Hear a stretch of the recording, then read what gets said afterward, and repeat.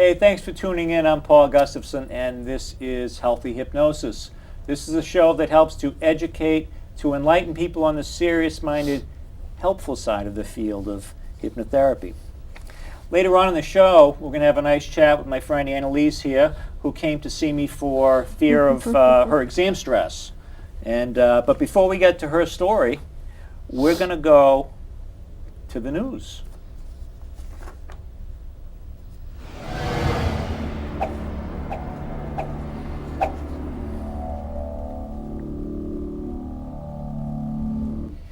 This is a great article out of the Washington Post. It's called Hypnosis Eases Pain for Breast Cancer Surgery. Instead of pills and needles, hypnosis may ease the pain of surgery both during and after the procedure.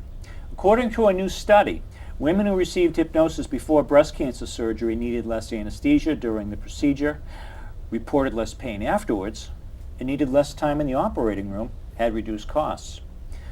This helps women at a time when they could use it most. It has no side effects. It really only has benefits, says Guy Montgomery. He's the lead author of the report and associate professor at the Department of Oncology Sciences at Mount Sinai School of Medicine in New York. Montgomery hopes that the study will promote greater use of hypnosis in medical treatments. For this study, 200 women set for breast cancer surgery were randomly assigned to receive either 15 minutes of hypnosis or assigned to a group that simply spoke with a psychologist. During the hypnosis session, the patients received suggestions for relaxation and pleasant imagery, as well as advice on how to reduce pain, nausea, and fatigue. They also received instructions on how to use hypnosis on their own, to do self-hypnosis. The hypnosis group required less anesthesia and sedatives than the control group. They also reported less pain, nausea, fatigue, discomfort, and emotional upset after the surgery. They also spent 11 minutes less time in surgery, and the surgical costs were reduced by $773 per patient. It's a win-win-win. Although people think that hypnosis strips a person of control, it actually does just the opposite, said Dr. David Spiegel of Stanford. This is something that empowers patients, he says. If you're fighting, you think you're protecting yourself, but actually you're losing control because you're getting into a struggle with your body.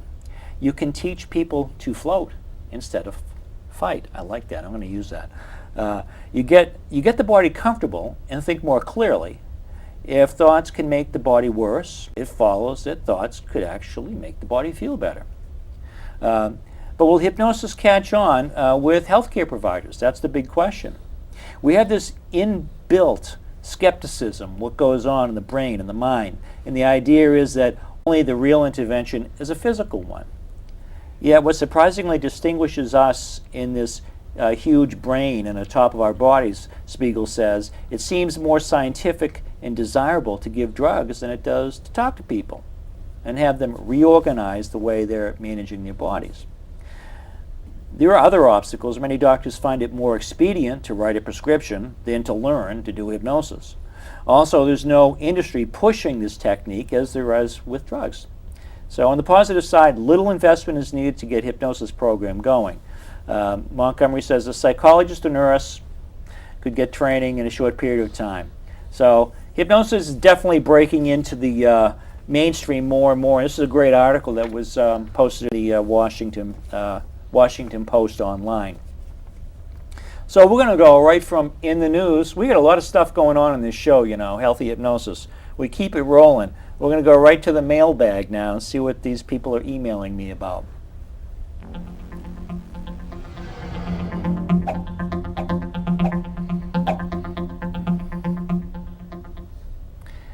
The mailbag. We got Bill F. from Waltham. He emailed, he says, I want to stop drinking and saw you do this kind of hypnosis. How does it work? I've actually worked with quite a number of people for substance abuse. And one of the great benefits of hypnosis is we can really cut the connection to whatever we want to become free of, whether it's fears or stress, unhealthy choices regarding nutrition, or we can cut the connection to unhealthy patterns like substance and drinking.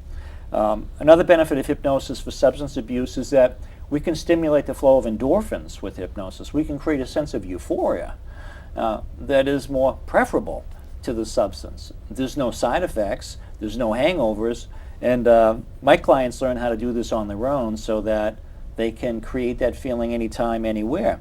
So it really is, it's wonderful if the individual is clear-minded and really wants to establish change and is consistent listening to sessions, then it's really effective. Let's go to see what we've got. Someone else here on the mailbag. We have Wendy from Billerica. She says, I want to be hypnotized, but I'm afraid. Can you still help me? Well, I get clients all the time. Most of the clients I see come in with zero experience with hypnosis. And before we even get to the hypnosis session, I'm helping people learn how to do self-hypnosis and just how to relax, to focus on their breathing. And just doing that creates a sense of relaxation. And then we transition right from that into the hypnosis session itself. So it's seamless, and even people who come in who are a little bit worked up do really well. Who doesn't want to relax, right? Let's see who else we got here. We have Jerry from Needham. He wants to know, what is medical hypnosis? Well, as we've said in previous emails, medical hypnosis is the process of using this technique to help people with medical conditions, whether it's pain, severe symptoms of stress or anxiety. I treat people with hypnosis who come with irritable bowel syndrome.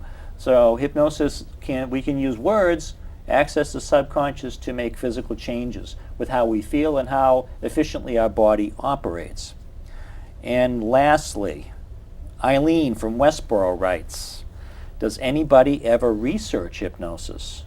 Most definitely. Research in hypnosis has been going on for 30 years. There's mountains of research, the AMA, the American Psychological Association, the Massachusetts Institute for Clinical Hypnosis. There's tons of research out there, and the more that mounts up makes a great case for pushing this more and more into the mainstream, which is what we're all looking for. So that is the mailbag, and now we're going to go to Video of the Week.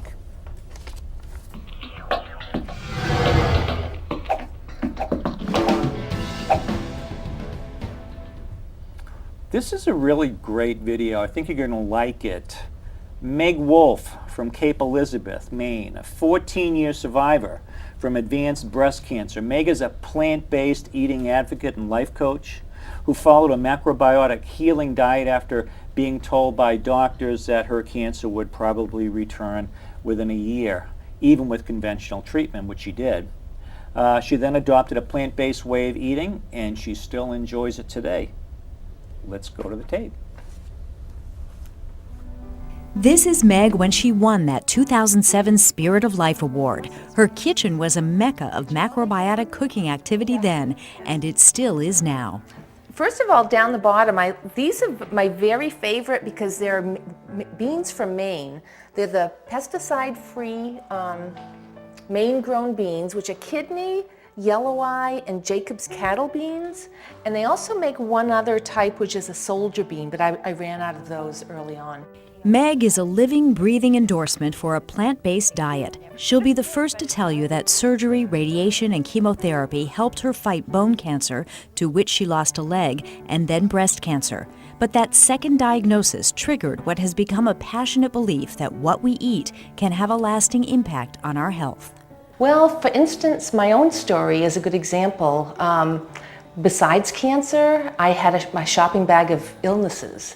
I had ulcerative colitis, which is a digestive order. I had anxiety. I had a hard time sleeping at night. And when I changed the food, gradually everything cleared up, and I was even able to go off medications that I was taking for that.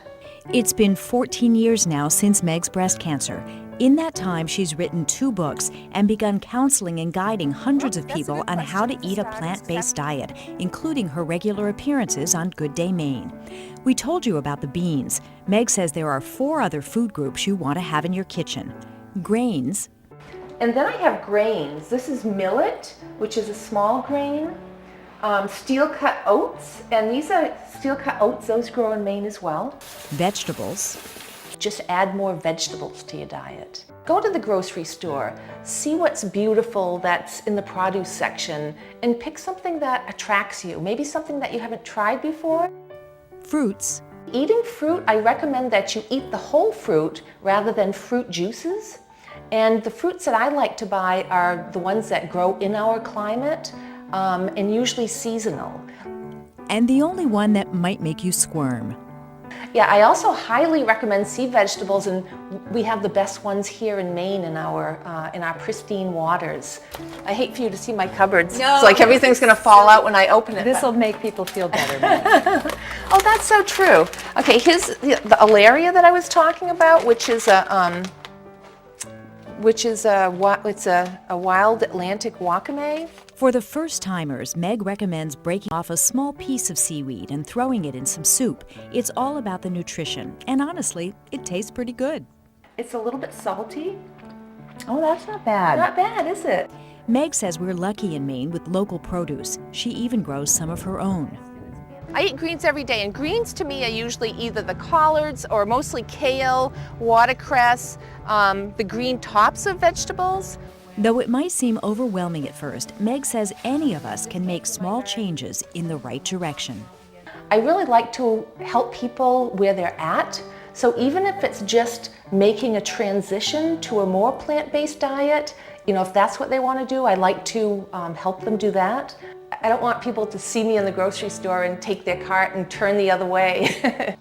Though Meg firmly believes her diet helped her recover 14 years ago and has kept her healthy since, she knows there is no one formula for everyone. But what diet can do is make your body stronger and strengthen your immune system. And everybody knows that a strong immune system is really helpful when you have cancer and to prevent cancer. It's good if we use a multi-pronged approach to keeping our bodies healthy and cancer-free. And I think that a plant-based diet should be part of that multi-pronged approach. One leaf at a time. It's a great story. I certainly work with a lot of clients who come for weight loss, and talking about choices, nutritional choices, big part of the plan, obviously, and I definitely nudge my people more in the direction of eating more plants and less processed food. So I think that's a great video. We're going to have lots more of videos like this on the show as we move forward. So you'll be able to enjoy some more unique and hopefully helpful information. So we're going to shift gears a little bit today. I'm going to welcome Analese onto the show. Thank you for coming on, Analese. Thank you. You came to see me for some concern you had about taking a little test. A big test. Yeah. Yeah, you took your nursing boards. You're now a nurse, right? Yes. Give our viewers a little bit of backstory on what your situation was. Throughout nursing school, I had a lot of anxiety. At test time, I would get to the test, I would sit down, and my mind would just go off. I think it's just that I've wanted to be a nurse for so long. It was such a big dream of mine that once I would get to the test, I physically couldn't do it. Nursing school was tough, but I finished. And I applied and studied so I could take the nursing boards. And I did the boards 3 times. And every single time, I physically couldn't just let myself read the question, answer it. Yeah. I was just so anxious. I was so worried. It was just a nightmare. So you took it 3 times and didn't pass 3 times? And didn't pass 3 times. All the 3 times, it took me an hour, hour and a half. I was rushing through it. I wasn't really reading. I wasn't really in the moment. My mind was somewhere else. So someone suggested hypnosis, or what brought us together? So I was on a nursing website and I said, what do you guys recommend? I'm at a point where, this is affecting every single part of my life. This is really tough. And somebody said, my classmates and I tried hypnosis. And I said, hypnosis? Being in the nursing community, I never thought about it. Yeah. It never even occurred to me. So I talked to my husband about it. He looked around, he found you, and I said, all right, let's give it a try. What else do we got to do, honey? Exactly. It just got to the point where I was gonna try anything, Yeah. anything I could. Desperation is the mother of invention, right? And there's a lot of skepticism. We don't really learn about alternative medicine. That's unfortunate, isn't it? It is. When we're in school, I wish I had known about this in nursing school. Yeah. It would have made a lot of other things. It should be part of the curriculum, Yeah. just to get people through the It program really and through the should. boards, right? It really should. Yeah. And I found you. I went in very skeptical. Yeah. Yeah. Not knowing anything. And the first session was very, I can't even explain. Yeah? It was very, I couldn't believe what was going on. I couldn't believe that this was possible. I really couldn't. How did it feel? I was relaxed.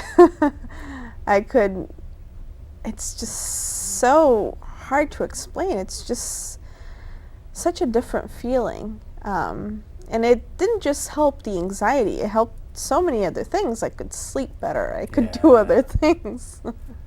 And I listened to that first session, regularly every single day until I came in for the next 2 sessions. And, after the first one, I kept, you're hoping to come in because it's such a great experience. Did you feel more optimistic after that first session? Oh, yeah. You did? Yeah, for sure. Because it was, I came in blind, not knowing what to expect, and then to just see what I could do. Because it wasn't some magic trick. It wasn't something out of this world. It wasn't medication. It wasn't anything. I didn't have a magic wand or anything. Or a clock. No. You just had your headphones on and a recliner and a little music in the background. Yeah. And it changed my life. Yeah? I feel like it did in so many ways, not just the testing, like I said. I could sleep better when I was driving, I would. So you came back for the 2 more sessions. Yeah, I did. And then You didn't feel like you had it beat. You were still worried, I was weren't still you? worried. Yeah, I mean, at that time I felt comfortable, but I was worried. I mean, I was even scared. on the 3rd session, I remember. I was worried of failing again. I mean, I felt a lot better, but I was still not skeptical, but I was still scared of the test, the day before and the day of the test. Right. I really didn't know how I was going to feel and if I would be able to do self-hypnosis. Right, to relax I wasn't- yourself at the time. Yeah. I wasn't sure. So you got to you drove to the exam. What was the drive like? I got a ride. I listened to it on the way there. And I listened again. But I listened to it on the way there. Every time I would start to feel a tiny bit of anxiety, I would bring myself back. I would take a couple deep breaths. I would do self-hypnosis. During the exam? During you would the do exam, this. but even before, on the way there, Okay. sometimes just listening to it, my mind would go somewhere else, and I would get anxious. I would start to ramp it up there. yeah, and I would bring myself back. Shift right back. Yeah, I didn't think I could do that on the day of. Yeah. And I did. Yeah. And I did. So then you got to the exam. I got to the exam. And it's funny because right before you go into the exam, you take a picture. All the other pictures, I was crying. All the pictures. Before the exam, you were crying. You could tell my emotion. This time I was smiling. I'm smiling in my picture. And I felt a sense of relief. And every time I would start to build myself up, I would take a couple deep breaths and just take myself back. So you could control how you felt. Yeah, yeah, which I didn't. It's funny to think because I didn't think I would be able to. Yeah. Under that pressure, right? Yeah, I really didn't think. I mean, it made me feel a lot better before, but I didn't know if it would help on the day of. And throughout the test this time, I was able to sit there. If I would start to get anxious, I would take a couple deep breaths. And this time, it took me a little bit longer to take the test because I was actually reading the questions. Yeah. I was in the moment. I was there. My mind wasn't racing and going everywhere else. Yeah, you were able to be in the moment. Yeah, exactly. Exactly. And you were able to regulate as you went every time Yeah. you. It's then you- crazy. yeah. So there was a point. When was it that you knew you passed? Because these are all done on computers, right? Yeah, well, you don't really know right away, but you do start to get harder questions. And it gets to a point where the questions, you can tell they're a little bit harder if you're familiar with the NCLEX. And it got to a question where I really knew the answer. And I just remember, I just knew I was picking the right answer, and I knew I got it right. And I knew I had passed. You did. Yeah, I did. I can't You even know, explain. as a nurse, I can. Yeah. Share, I'm Yeah. taking these breaths with you Yeah. because I do recall. So when you left that room, Yeah. you knew you'd passed. I did, but I was still that's Cautious. that's when I kind of put hypnosis to a side for a little bit, and I kind of just let my emotions Exhilaration. Yeah. come through for a little bit, and then I found out, and I was just amazed. I was at what I did What you did. because Good. I was able to. I'm glad that you know that relax. is what Yeah. you did. Yeah. So there was a lot going on. You were. Yeah. And you were just doing this with your breathing. Yeah. Yeah. And this. Yeah, exactly. I mean, it's just a different experience completely from the other times I took the test to this time. And you know, the more you take this test, the harder it gets. And this time, I wish is I the had. fourth time. Yeah, I wish I had done this a long time ago. Yeah. Yeah. So that's all behind you. It's all done. Yeah. So now do you feel as though you have a tool Yeah. to overcome other challenges Yeah, and for or just to sure. feel good? No, for sure. Now that I'm looking for jobs, I'll probably use it when I go on You interviews. think so? Yeah. I'll probably use it when I go on interviews. I'll definitely need it. Yeah. I will definitely need it. Do you anticipate, you say you definitely need it, do you anticipate Yeah. similar anxiety? I do. You do? I do. I do. Because this is something I've wanted for so long Yep. that, you know. Yeah. Yeah. Do you think that as a result of the success that you had with the exam, it's not beyond the realm of possibility to assume that maybe the upcoming interviews will be a lot less anxiety provoking than you may have realized? Maybe. Yeah. Yeah. Yeah. We won't rule that out, right? Yeah. But I'll have the tools this time. Yeah. Yeah. Yeah. So you went out with your husband for celebratory. Yes. Yeah. Dinner. Yep. And what was his response when you told him the news? Oh, he was very, very excited. Because it got to the point where I didn't believe anymore. I know. And it was just very debilitating Yeah. to think. I had taken medication in the past for this anxiety. And it just made it worse, I feel. It did. It made me sleepy. It affected your ability to Yeah. process information. Exactly. It affected Yeah. the brain. Yeah. It affects you globally. Yeah. And it may relieve some of the tightness of anxiety, but this is from within. Hypnosis. We go It's right to the different. hard drive. It's different. So you were able to use this technique to build up a level of confidence. And as you were listening to sessions, were you anticipating how you wanted the exam to go? Kind of. Yeah. It was hard because looking back at all the experiences I didn't know that something else could happen. I didn't know that I could feel the way I felt. I didn't know I could feel relaxed when taking the exam. I thought I'd be the same way again. And you found out in the first few moments that wasn't going to be the No, case. no. It was different. Very it was a exciting different, moment. yeah. It was a very different experience. And Very you took, different. how much longer did it take you to do the exam because you were relaxed than Yeah, before? took 3 hours. And before you were doing it half that time? Yeah, an hour, Just hour and a motoring half. through to try and get out as quick as possible. Exactly. Yeah, and my mind was racing this time I was there.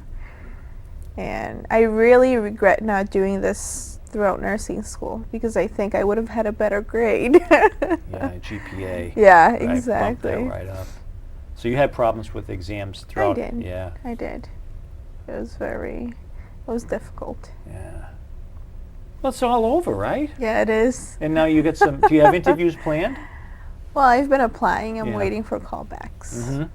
Any So- idea what type of nursing you'd ultimately like to get into? I got into nursing because of geriatrics. You did? I do like geriatrics. Okay. I don't but think we talked about that, did we? I don't know. Yeah. But I mean, I'd love to try the OR. I'd love to try many things, but ultimately, in the long run, I think I'd like to be in geriatrics. Yeah. How did you cultivate that interest in geriatrics? I'm just curious.